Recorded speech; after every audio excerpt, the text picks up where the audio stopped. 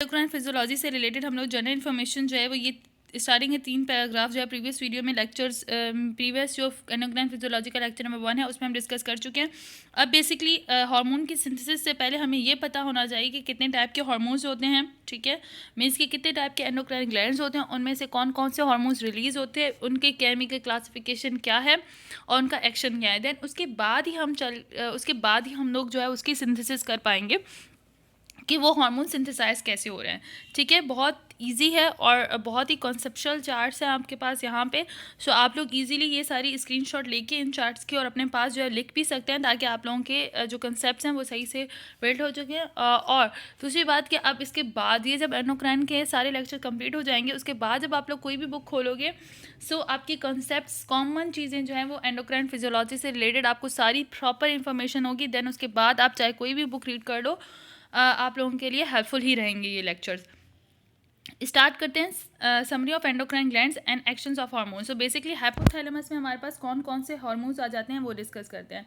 Hypothalamus से हमारे पास ये सारे हार्मोन्स हाइपोथैलेमस के हैं, ठीक है। हाइपोथैलेमस से सबसे पहले थायरोट्रोपिन रिलीजिंग हार्मोन है हमारे पास, ठीक है, जो कि उस केमिकली पेप्टाइड हार्मोन है और ये स्टिमुलेट करता है secretion of TSH and prolactin, ठीक है। TSH एंड प्रोलैक्टिन के हमारे पास स्टिमुलेशन करवाता है। उसके बाद है कॉर्टिकोटॉपिक रिलीजिंग हार्मोन है जो कि वो भी केमिकली पेप्टाइड है और ये सिक्रीशन करवाता है stimulate secretion of ACTH adrenocorticotropin releasing adrenocorticotropic hormone की करवाता है। देन गोनेडोट्रोपिक रिलीजिंग हार्मोन जो है वो भी पेप्टाइड है, वो भी हमारे पास हाइपोथैलेमस से रिलीज होता है और वो स्टिमुलेट्स करवाता है stimulate secretions of LH and FSH, ठीक है, luteinizing hormone and follicle stimulating hormone की। सोमेटोस्टेटिन और सोमेटोट्रोपिक रिलीजिंग हार्मोन्स हैं, ठीक है, रिलीजिंग इनहिबिटिंग हार्मोन्स हैं, वो हमारे पास जो है हाइपोथैलेमस से याद हैं, वो भी पेप्टाइड नेचर के होते हैं और ये ग्रोथ हार्मोन की सिक्रीशन को इनहिबिट करवाते हैं, याद रखिएगा। ये मोस्ट इंपॉर्टेंट हार्मोन है क्योंकि आपसे पूछा जाता है कि ग्रोथ हार्मोन जो है उसको इनहिबिट करवाने के लिए कौन सा हार्मोन रिलीज होता है, तो वो हमारे पास सोमेटोस्टेटिन या सोमेटोट्रोपिक रिलीज इनहिबिटिंग हार्मोन, ठीक है। उसके बाद हमारे पास है डोपामीन और प्रोलैक्टिन इनहिबिटिंग फैक्टर। वो हमारे पास बेसिकली डोपामिन जो है वो केमिकल कंपोजिशंस में उसकी क्लासिफिकेशन में अमाइन की कैटेगरी में आता है, ठीक है, और ये इनहिबिट करवाता है प्रोलैक्टिन को, ये भी बहुत इंपॉर्टेंट हमारे पास हार्मोन है। उसके बाद ग्रोथ हार्मोन रिलीजिंग हार्मोन में भी हमारे पास पेप्टाइड है और वो स्टिमुलेट करवाता है सिक्रीशन ऑफ ग्रोथ हार्मोन्स की। सो ये मेजर हार्मोन्स हैं जो हाइपोथैलेमस रिलीज करता है, ये बेसिकली आप लोगों को आने चाहिए, ठीक है। इसमें से हमारे पास जो सोमेटोस्टेटिन है और उसके अलावा डोपामीन है वो मोस्ट इंपॉर्टेंट है जो आप लोगों के लिए कॉमनली आगे चल के यूज़ होंगे। सो प्लीज़ इन हार्मोन्स को अच्छे से पढ़ लीजिएगा, ठीक है। हाइपोथैलेमस के हार्मोन्स का आपको पता चल गया कि कौन से होते हैं, तो हाइपोथैलेमस में से ये जो हार्मोन्स रिलीज होते हैं ये प्रॉपर इन्फॉर्मेशन आपके पास होनी चाहिए। सो ये इन हार्मोन्स के बारे में आपको जनरली पता होना चाहिए कि हमारे पास हाइपोथैलेमस में से कौन से हार्मोन्स जो है वो रिलीज होते हैं। These are the most important hormones. इनमें हमारे पास सोमेटोस्टेटिन और हमारे पास डोपामीन बहुत इंपॉर्टेंट हैं क्योंकि ये आप समझ लें कि आप लोगों को अभी कॉमन लग रहा है, लेकिन देखो जो चीज़ सबसे डिफरेंस होती है ना, सबसे पहले वो चीज़ याद किया करो। यहाँ पे हमारे पास सारे हार्मोन्स जो हैं वो रिलीज है, ठीक है। उसमें आप लोग याद रखो कि यहाँ पे जो डोपामीन है जो कि ग्रोथ हार्मोन को इनहिबिट करवा रहा है, तो वो मोस्ट इंपॉर्टेंट हार्मोन है। इस तरीके से हमारे पास जो है जो हमारे पास डोपामीन जो है वो प्रोलैक्टिन को इनहिबिट करवा रहा है, तो इसीलिए वो हमारे पास इंपॉर्टेंट है। इस तरीके से जो सोमेटोस्टेटिन है वो ग्रोथ हार्मोन को इनहिबिट करवा रहा है। सो ये हार्मोन्स दो बहुत इंपॉर्टेंट है, इनके नाम याद रखिएगा। कहीं पे भी आपके पास केस भी आ सकता है और आपके पास सिनेरियो भी आ सकता है और आपके पास MCQs और BCQs और क्वेश्चन हो, कहीं पे भी आपके पास ये हार्मोन्स पूछे जा सकते हैं। सो ये हमारे पास कौन से हार्मोन्स थे, हाइपोथैलेमस के हार्मोन्स थे, ठीक है। उसके बाद हम लोग चले जाते हैं एंटीरियर पिट्यूटरी ग्लैंड के हार्मोन्स में। सो एंटीरियर पिट्यूटरी ग्लैंड के हार्मोन्स आप लोगों के लिए मोस्ट इंपॉर्टेंट हैं, आप लोगों को याद होने चाहिए। हर ग्लैंड ही इंपॉर्टेंट है, हर ग्लैंड के हार्मोन्स ही इंपॉर्टेंट है जो आपको पता होना चाहिए, ठीक है। इसकी एक चीज़ देख लें कि ये सारे जो भी हमारे पास एंटीरियर पिट्यूटरी ग्लैंड से हार्मोन्स रिलीज होंगे वो सब पेप्टाइड हार्मोन्स है, तो ये हमारे पास मोस्ट इंपॉर्टेंट चीज़ है जो आप लोगों को यहाँ पे समझ आनी चाहिए, ठीक है, कॉमन है। इसी वजह से ये बुक इजी है क्योंकि यहाँ पे सारी चीज़ों को समराइज़ करके आपको अच्छे से समझाया गया है जो कि कॉमनली आपको हर चीज़ पता होनी चाहिए। इसके बाद आप गाइडेंस पढ़ते हो तो आप लोगों के लिए बहुत ईजी हो जाएगी। आपने पूरे चैप्टर यहाँ से कवर कर लिया हार्मोन से रिलेटेड जो भी इन्फॉर्मेशन है, देन उसके बाद आप गाइडेंस की तरफ जाते हो तो आई मस्ट से कि आपके लिए बेस्ट ऑप्शन है। अब हमारे पास एंटीरियर पिट्यूटरी ग्लैंड है। एंटीरियर पिट्यूटरी ग्लैंड से हमारे पास जो हार्मोन्स होते हैं वो ये हमारे पास हार्मोन्स हैं। थायराइड स्टिमुलेटिंग हार्मोन रिलीज होता है जो कि स्टिमुलेट करवाता है synthesis and secretion of thyroid hormone.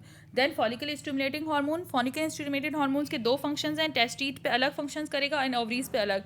Testis पे क्या करेगा, ये स्टिमुलेट करेगा स्पर्म की मैच्योरेशन को इन सार्टोली सेल्स ऑफ टेस्टिस में, ठीक है।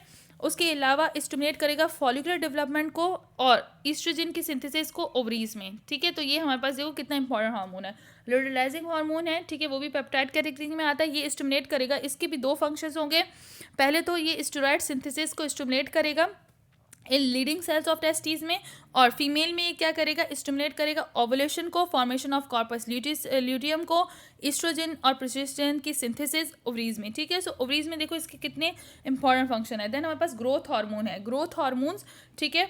ग्रोथ हार्मोन्स जो हैं बेसिकली ये हमारे पास देखो ग्रोथ हार्मोन्स के रिलीजिंग फैक्टर्स कौन, हाइपोथैलेमस स्टिमुलेट करेगा। जैसे ही हाइपोथैलेमस से वो रिलीजिंग फैक्टर्स स्टिमुलेट होंगे तो anterior pituitary gland growth hormones को हमारे पास क्या है, उसे सिक्रीट करवाएगा, और ये स्टिमुलेट करेगा protein and overall growth synthesis को। ये स्टिमुलेट करेगा प्रोटीन की एंड ओवरऑल ग्रोथ की ओवरऑल ग्रोथ को, ठीक है, जो भी हमारे पास है। उसके बाद प्रोलैक्टिन क्या करेगा, प्रोलैक्टिन हमारे पास स्टिमुलेट करेगा मिल्क की प्रोडक्शंस को एंड सिक्रीशन इन ब्रेस्ट में, मतलब ब्रेस्ट के अंदर हमारे पास जो मिल्क की प्रोडक्शन है और उसको हमारे पास ये स्टिमुलेट करेगा। एडिनोकॉर्टिकोटॉपिक हार्मोन जो है वो हमारे पास क्या करेगा, वो हमारे पास करेगा synthesis and secretion of adrenal cortical hormones को।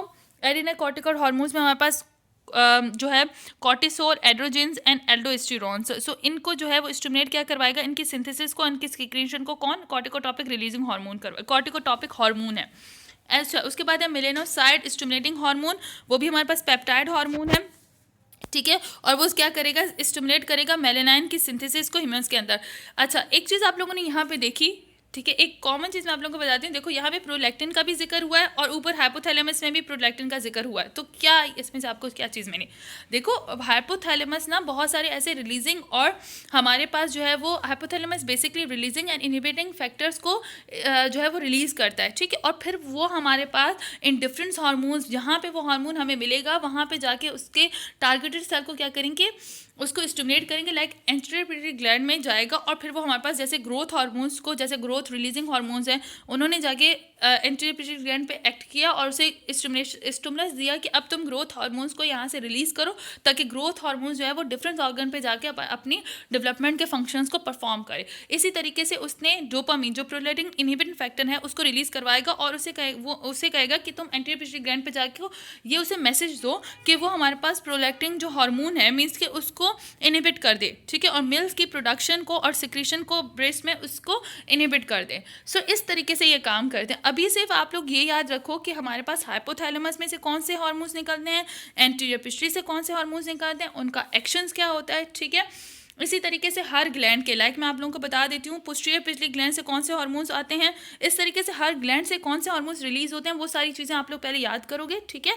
आपको पता चल गई, ये आपने चार्ट अपने मेमोराइज कर लिया। देन उसके बाद हर हार्मोन किस तरीके से फंक्शन करता है, मीन्स कि उनकी रेगुलेशन कैसे होती है हमारी बॉडी में, किस तरीके से वो सिक्रीशन करवाते हैं, किस तरीके से हमारे पास आगे परफॉर्म करते हैं अपने फंक्शंस, वो एक अलग चीज़ है, ठीक है, वो अलग टॉपिक है। सो कंफ्यूज मत होइएगा, ये हार्मोन्स कैसे एक्शंस करते हैं, हम लोग आगे चल के ये चीज़ें पढ़ते हैं। देन हमारे पास पोस्टीरियर पिट्यूटरी ग्लैंड से कौन कौन से हार्मोन्स जो है वो रिलीज होते हैं। देखो पोस्टीरियर पिट्यूटरी ग्लैंड से ऑक्सीटोसिन है, और हमारे पास वेजोप्रेसिन एंटी डायरेटिक हार्मोन है। देखो ये भी पेप्टाइड हार्मोन है, और देखो कितने इंपॉर्टेंट हार्मोन है। ऑक्सीटोसिन इतना इंपॉर्टेंट हार्मोन है यूट्राइन की कंट्रक्शन में, ठीक है। ये क्या करवाता है, मिल्क की इंजेक्शन करवाता है फ्रॉम ब्रेस्ट से, एंड यूट्राइन की कंट्रक्शन करवाता है। मिल्क की इंजेक्शन का प्रोसेस ये बहुत ही इंपॉर्टेंट है, वो भी एक रिफ्लेक्सेस आते हैं, वो भी मैं आप लोगों को करवाऊंगी आगे चल के इंशाल्लाह। देन उसके बाद वेजोप्रेसिन और एंटी डायरेटिक हार्मोन है, स्टिमुलेट अच्छा उसके बाद जो हमारे पास वेजोप्रेसिन है एंटी डायरेटिक हार्मोन है, वो वाटर की रिएब्सॉर्प्शन करवाता है in principal cells of collecting duct में and constrictions of arteriole. Most important function है इसका एंटी डायरेटिक का। देखो ये हमारे पास किडनी में बहुत इंपॉर्टेंट फंक्शन परफॉर्म करता है, जो वाटर को रीअब्जॉर्ब करवाता है और कंस्ट्रक्शन करवाता है आर्ट्रियोल्स की। देखो इसकी वजह से, इस हार्मोन की वजह से बहुत सारे काम होते हैं, ठीक है। हमारा ECF जो वॉल्यूम है बॉडी का, वो हमारे पास मेंटेन रहेगा। इसके बाद हमारे पास और दोनों कौन से हैं, पेप्टाइड हार्मोन्स है, याद होने चाहिए। पोस्टीरियर पिट्यूटरी ग्लैंड में हमारे पास ऑक्सीटोसिन है एंड वेजोप्रेसिन और एंटी डायरेटिक हार्मोन है। उसके बाद थायराइड हमारे पास T3 एंड T4 हैं। T3 मीन्स के ट्राई आइडियोथायरोनिन एंड L-थायरोजीन, उनकी हमारे पास जो है सो थायराइड ग्लैंड से देखो कितने हमारे पास हार्मोन्स इंपॉर्टेंट है। T3 T4 हमारे पास रिलीज होगा, वो अमाइन की कैटेगरी में आ जाते हैं। और ये हमारे पास क्या क्या फंक्शन करवाते हैं, स्केलेटल ग्रोथ करवाते हैं, ऑक्सीजन की कंजप्शन करवाते हैं, हीट की प्रोडक्शन करवाते हैं, प्रोटीन फैट एंड कार्बोहाइड्रेट्स की यूटिलाइजेशन में इंपॉर्टेंट है। और prenatal maturation of the central nervous system, जो सेंट्रल नर्वस सिस्टम की प्री नेटल मिचुरेशन भी करवाते हैं। ठीक है, मोस्ट इंपॉर्टेंट है। वाइवा में भी आपसे कोई भी पूछ ले कि थायराइड के हमारे पास जो एक्शन है वो बताओ, तो आप बता सकते हो कि स्केलेटल की ग्रोथ करवाता है, ऑक्सीजन की कंजप्शन करवाता है, हीट की प्रोडक्शन करवाता है, फैट प्रोटीन एंड कार्बोहाइड्रेट की यूटिलाइजेशन करवाता है। उसके अलावा हमारे पास नर्वस सिस्टम्स को जो हमारे पास प्री नेटल में होता है उसकी मिचुरेशन करवाता है। पैराथायराइड मोस्ट इंपॉर्टेंट है, इसमें से हमारे पास calcitonin and parathyroid hormones release होते हैं। ठीक है, ये दोनों कैटेगरी क्या है, पेप्टाइड की कैटेगरी है, मीन्स की इनकी सिंथेसिस हम लोग सेम ही करेंगे। ठीक है, तो हमारे पास कैल्सीटोनिन जो है वो डिक्रीज करता है सीरम कैल्शियम्स को, और हमारे पास जो पैराथायराइड हार्मोन है वो हमारे पास इंक्रीज करता है सीरम्स की वो इंक्रीज करता है कैल्शियम्स को। ठीक है, इंक्रीज करता है सीरम कैल्शियम्स को। देखो कैल्शियम बहुत इंपॉर्टेंट है, इस वजह से पैराथायराइड हार्मोन की हमारे पास पैराथायराइड ग्लैंड है उसके जो हार्मोन्स है वो बहुत इंपॉर्टेंट है, क्योंकि कैल्शियम्स हमारे पास पूरे मसल्स की एक्टिविटी को मेजर फंक्शन होता है वो कैल्शियम्स कंट्रोल करते हैं। सो इस वजह से वो हार्ट मसल्स हों या फिर हमारी बॉडी के स्केलेटल मसल्स वगैरह आ जाए, सो इसलिए कैल्शियम्स के लिए ये इंपॉर्टेंट है। सो इसलिए पैराथायराइड हार्मोन मोस्ट इंपॉर्टेंट है। उसके बाद एड्रीनल कॉर्टेक्स से हमारे पास कौन कौन से हमारे पास हार्मोन्स रिलीज होते हैं, cortisols, aldosterones and dehydroepiandrosterone and androsteronoid, so adrenal androgens. So हमारे पास ये हार्मोन्स मोस्ट इंपॉर्टेंट हैं। ठीक है, ये सारे स्टेरॉइड्स हार्मोन है। कौन से हार्मोन्स है, स्टेरॉइड हार्मोन्स हैं। न्यूरोट्रांसमीटर्स वगैरह पढ़ेंगे तो उस वक्त आप लोगों को ये नर्वस कंट्रोल में ये हार्मोन्स पढ़ने पड़ेंगे। ठीक है, याद रखिएगा, कॉर्टिसोल या ग्लूकोकॉर्टिकॉइड हमारे पास क्या करता है, ग्लूकोनीजेनेस को स्टिमुलेट करता है, इनहिबिट करता है इन्फ्लेमेटरी रिस्पॉन्स को, सप्रेस करता है इम्यून रिस्पॉन्स को, इन्हेंस करता है वेजो वस्कुलर रिस्पॉन्सिवनेस और to catechol amines. Catechol amines हमारे पास मोस्ट इंपॉर्टेंट होते हैं न्यूरोट्रांसमीटर। जब आप पढ़ोगे तो उस वक्त आपको कैटेकोल अमाइंस की इंपॉर्टेंस पता चलेगी। सो इसलिए एड्रेनल कॉर्टेक्स के जो हार्मोन्स हैं वो हमारे पास बहुत इंपॉर्टेंट है। एल्डोस्टेरॉन देखो मेरिनोकॉर्टिकॉइड है, ये हमारे पास बहुत ही इंपॉर्टेंट हार्मोन है, क्योंकि ये क्या करता है कि इंक्रीज करता है रीनल सिक्रीशंस को, इंक्रीज करता है एंड रीअब्जॉर्प्शन करवाता है। एंड देखो रीनल की में सोडियम की रीअब्जॉर्प्शन करवाता है, कैल्शियम की सिक्रीशन करवाता है और एच पॉजिटिव की भी सिक्रीशन करवाता है। सो एल्डोस्टेरॉन का आप किडनी में मोस्ट इंपॉर्टेंट फंक्शन पढ़ोगे तो बहुत ही इंपॉर्टेंट है ये इसका फंक्शन। ये क्या करवा रहा है, सोडियम को रीअब्जॉर्ब करवा रहा है और पोटेशियम और हाइड्रोजन की सिक्रीशन करवा रहा है। ठीक है, उसके बाद हमारे पास डीहाइड्रोएपीएंड्रोस्टेरॉन है एंड एड्रोस्टेरॉनॉइड है, एड्रिनल एड्रोजन है। ये हमारे पास इसके फंक्शंस हमें कहा है कि आप टेस्टोस्टेरोन में देखें, टेस्टिस में मैं आपको दिखाती हूँ इसके फंक्शन। ठीक है, उसके बाद हमारे पास क्या होता है, टेस्टिस हमारे पास है। ये हमारे पास टेस्टोस्टेरोन्स क्या करते हैं, ये हमारे पास देखो टेस्टोस्टेरोन्स हमारे पास जो फंक्शंस करते हैं उसमें हमारे पास क्या होता है। अच्छा, यहाँ पे आपके पास जो टेस्टिस है ये हमारे पास क्या क्या फंक्शन करें, ये भी स्टेरॉयड है। ये स्पर्मेटोजेनेसिस का और स्टिमुलेट करता है, मेल के सेकेंडरी जो सेक्स कैरेक्टरिस्टिक्स है उसको स्टिमुलेट करता है। ठीक है, सो बेसिकली हमारे पास यही काम कौन कर रहा है, डीहाइड्रोएपीएंड्रोस्टेरॉन्स भी कर रहे हैं यही काम टेस्टोस्टेरोन्स का। ठीक है, उसके बाद ओवरीज में हमारे पास एस्ट्राडायोल हार्मोन्स को रिलीज करवाता है जो खुद स्टेरॉयड है, और ये ग्रोथ स्टिमुलेट करता है, growth and development of female reproductive system, follicular phase of the menstrual cycle, development of breast, prolactin secretions and maintain pregnancy. So ये हमारे पास कितने फंक्शंस कर रहा है, एस्ट्राडायोल। इस तरीके से प्रोजेस्टेरॉन भी हमारे पास ओवरीज से ही रिलीज होता है। ये एक हमारे पास क्या है, स्टेरॉयड है, और ये स्टिमुलेट क्या क्या करता है, मोस्ट इंपॉर्टेंट है ओवरी से related, luteal phase of menstrual cycle को स्टिमुलेट करता है और मेंटेन करता है प्रेगनेंसी को। ठीक है, सो ये हमारे पास कितना इंपॉर्टेंट है, प्रेग्नेंट करेगा, जो प्रेगनेंसी है उसको हमारे पास मेंटेन करेगा। कॉर्पस ल्यूटियम क्या करता है, इसमें एस्ट्राडायोल एंड प्रोजेस्टेरॉन दोनों रिलीज होंगे। ये स्टेरॉइड्स हैं, इनके फंक्शंस आप लोगों ने यहाँ पे देख लिए, तो ये भी वही फंक्शंस जो है वो परफॉर्म करेगा, एस्ट्राडायोल एंड प्रोजेस्टेरॉन। एस्ट्राडायोल में आपको देखा कि ग्रोथ एंड डेवलपमेंट कर रहा है फीमेल रिप्रोडक्टिव सिस्टम की, मेंस्ट्रुअल साइकिल में फॉलिकुलर फेज को स्टिमुलेट करवा रहा है, डेवलपमेंट कर रहा है ब्रेस्ट की, प्रोलैक्टिन की, सिक्रीटिन की और प्रेगनेंसी को मेंटेन कर रहा है। लेकिन जो हमारे पास कॉर्पस प्रोजेस्टेरॉन है वो luteal phase of menstrual cycle को करवाता है एक्टिवेट और मेंटेन करता है प्रेगनेंसी को। ठीक है, उसके बाद हमारे पास है प्लेसेंटा। प्लेसेंटा में हमारे पास कौन सा हार्मोन है, प्लेसेंटा से हमारे पास जो हार्मोन्स हैं उनमें हमारे पास कौन कौन से हार्मोन्स आ जाते हैं। प्लेसेंटा में हमारे पास ह्यूमन कोरियोनिक गोनेडोट्रोपिन आ जाता है, ये पेप्टाइड है। ठीक है, और ये स्टिमुलेट करता है एस्ट्रोजन एंड प्रोजेस्टेरॉन की सिंथेसिस कॉर्पस ल्यूटियम में अर्ली प्रेगनेंसी में। अर्ली प्रेगनेंसी में जो स्टिमुलेट करवाता है एस्ट्रोजन एंड प्रोजेस्टेरॉन की सिंथेसिस को वो हमारे पास HGC है, ह्यूमन क्रोनिक गोनेडोट्रोपिन। अच्छा, ह्यूमन प्लेसेंटल लैक्टोजिन और ह्यूमन क्रोनियन सोमेटोमेमोट्रोपिन हमारे पास जो है ये क्या कराता है, has growth hormone like and prolactin like action during pregnancy. ये हमारे पास ग्रोथ हार्मोन और प्रोलैक्टिन लाइक एक्शंस करवाता है ड्यूरिंग प्रेगनेंसी में। तो कितना इंपॉर्टेंट है। HPL जो है वो हमारे पास बहुत ही इंपॉर्टेंट हार्मोन है, क्योंकि जब हमारे पास अर्ली प्रेगनेंसी के फेजेस होंगे उसके अंदर ये हमारे पास डेवलपमेंट करवाएगा, ठीक है।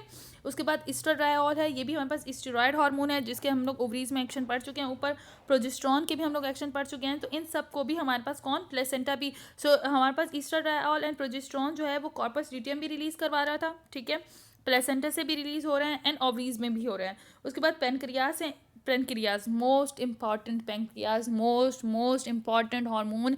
एंडोक्राइन से रिलेटेड जो भी सवाल आएंगे आपकी मॉड्यूल में रिलेटेड टू पेनक्रियाज आएंगे, बहुत इंटरेस्टिंग है, बहुत ही ज़्यादा इंपॉर्टेंट है। आगे चल के इसकी पूरी डिटेल करेंगे। सो पेनक्रियाज जो है उसके 20 सेल्स इंसुलिन जो है उसे रिलीज करवाते हैं, इंसुलिन को रिलीज करवाते हैं, ग्लाइकोगॉन को A सेल्स, ठीक है। सो ये पेप्टाइड ही हार्मोन्स होते हैं। और ये देखो इंसुलिन ब्लड ग्लूकोज लेवल को डिक्रीज करता है, और हमारे पास ग्लाइकोगॉन जो है वो इंक्रीज करता है ब्लड ग्लूकोज लेवल को। किस तरीके से करता है, बहुत इंपॉर्टेंट, बहुत इंटरेस्टिंग इसके फंक्शंस हैं, जो हम जब पेनक्रियाज करेंगे तो उसमें करेंगे।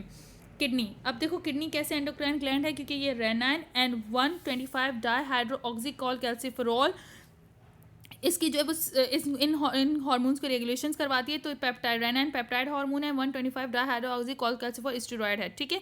पेप्टाइन जो रेनाइन है वो क्या करता है, ये कन्वर्जन करवाता है एंजियोटेंसिन को एंजियोटेंसिन 1 में, ठीक है। और एंजियोटेंसिन एंड एंजियोटेंसिन 1 ये हमारे पास रीनल की, जब आप लोग फिजियोलॉजी कर रहे होते हैं ना, तो ब्लड प्रेशर की रेगुलेशन में ये फैक्टर्स काम आते हैं। तो रेनाइन मोस्ट इंपॉर्टेंट है, ब्लड प्रेशर को रेगुलेट करवाता है, ठीक है। तो इस वजह से ये किडनी से रिलीज होता है। इस तरीके से 125 डाईहाइड्रोक्सीकॉल कैल्सिफेरॉल क्या करवाता है, ये इंक्रीज करता है इंटेस्टाइनल एब्जॉर्प्शन ऑफ कैल्शियम, और उसके अलावा बोन की मिनरलाइजेशन करवाता है, मोस्ट इंपॉर्टेंट है कैल्शियम्स के लिए भी। उसके बाद एड्रिनल मेट्रोसा से नॉरएपिनेफ्रिन एंड एपिनेफ्रिन हमारे पास रिलीज होते हैं, मोस्ट इंपॉर्टेंट है, ठीक है। ये हम लोग नॉरएपिनेफ्रिन एपिनेफ्रिन के जो हमारे पास सिस्टम है, ये हम लोग जो हमारे पास सिंपैथेटिक नर्वस सिस्टम में इसके एक्शंस करते हैं। Basically epinephrine and non epinephrine जो है वो हमारे पास स्ट्रेस हार्मोन्स होते हैं, तो उस वक्त रिलीज होते हैं, तो उनमें उनकी सारे फंक्शंस हम लोग वहाँ पे करेंगे। सो ये हमारे पास कुछ हार्मोन्स हैं जो आप लोगों के आने चाहिए, मोस्ट इंपॉर्टेंट हार्मोन्स हैं, ठीक है। आप लोग देख लीजिए इन एटलीस्ट ये आपकी जो प्रॉपर्टीज़ है ना, इनसे रिलेटेड ये सारी प्रॉपर्टीज़ तो आप लोगों की डिस्कस, आप लोगों को क्लियर होनी चाहिए कि हमारे पास किस तरीके से ये हार्मोन रिलीज हो रहे हैं, ये किस तरीके से एक्शंस परफॉर्म करवा रहे हैं। अब हम लोग हर हार्मोन को अलग से भी पढ़ेंगे। सबसे पहले तो बेसिकली हम लोगों ने हार्मोन्स की क्लासिफिकेशन कर ली है, लाइक हम लोगों ने हार्मोन्स की क्लासिफिकेशन कर लिया। अब हम लोगों को हार्मोन की सिंथेसिस करनी है, तो नेक्स्ट लेक्चर में हम लोग जो है वो हार्मोन की सिंथेसिस करेंगे, जो मोस्ट इंपॉर्टेंट है। हार्मोन से रिलेटेड बेसिक इन्फॉर्मेशन आपकी कवर हो जाएगी, तो आप लोग इजीली सारी चीज़ें जो है वो कवर कर सकते हैं। सो आई होप ये लेक्चर आप लोगों के लिए हेल्पफुल रहेंगे। सो इसी तरीके से मेरी वीडियोज़ को लाइक करें, मेरे चैनल को सब्सक्राइब करें, ताकि मैं आप लोगों के लिए और वीडियोज़ अपलोड करती रहूँ। टिल दैट, अल्लाह हाफिज़ गाइस।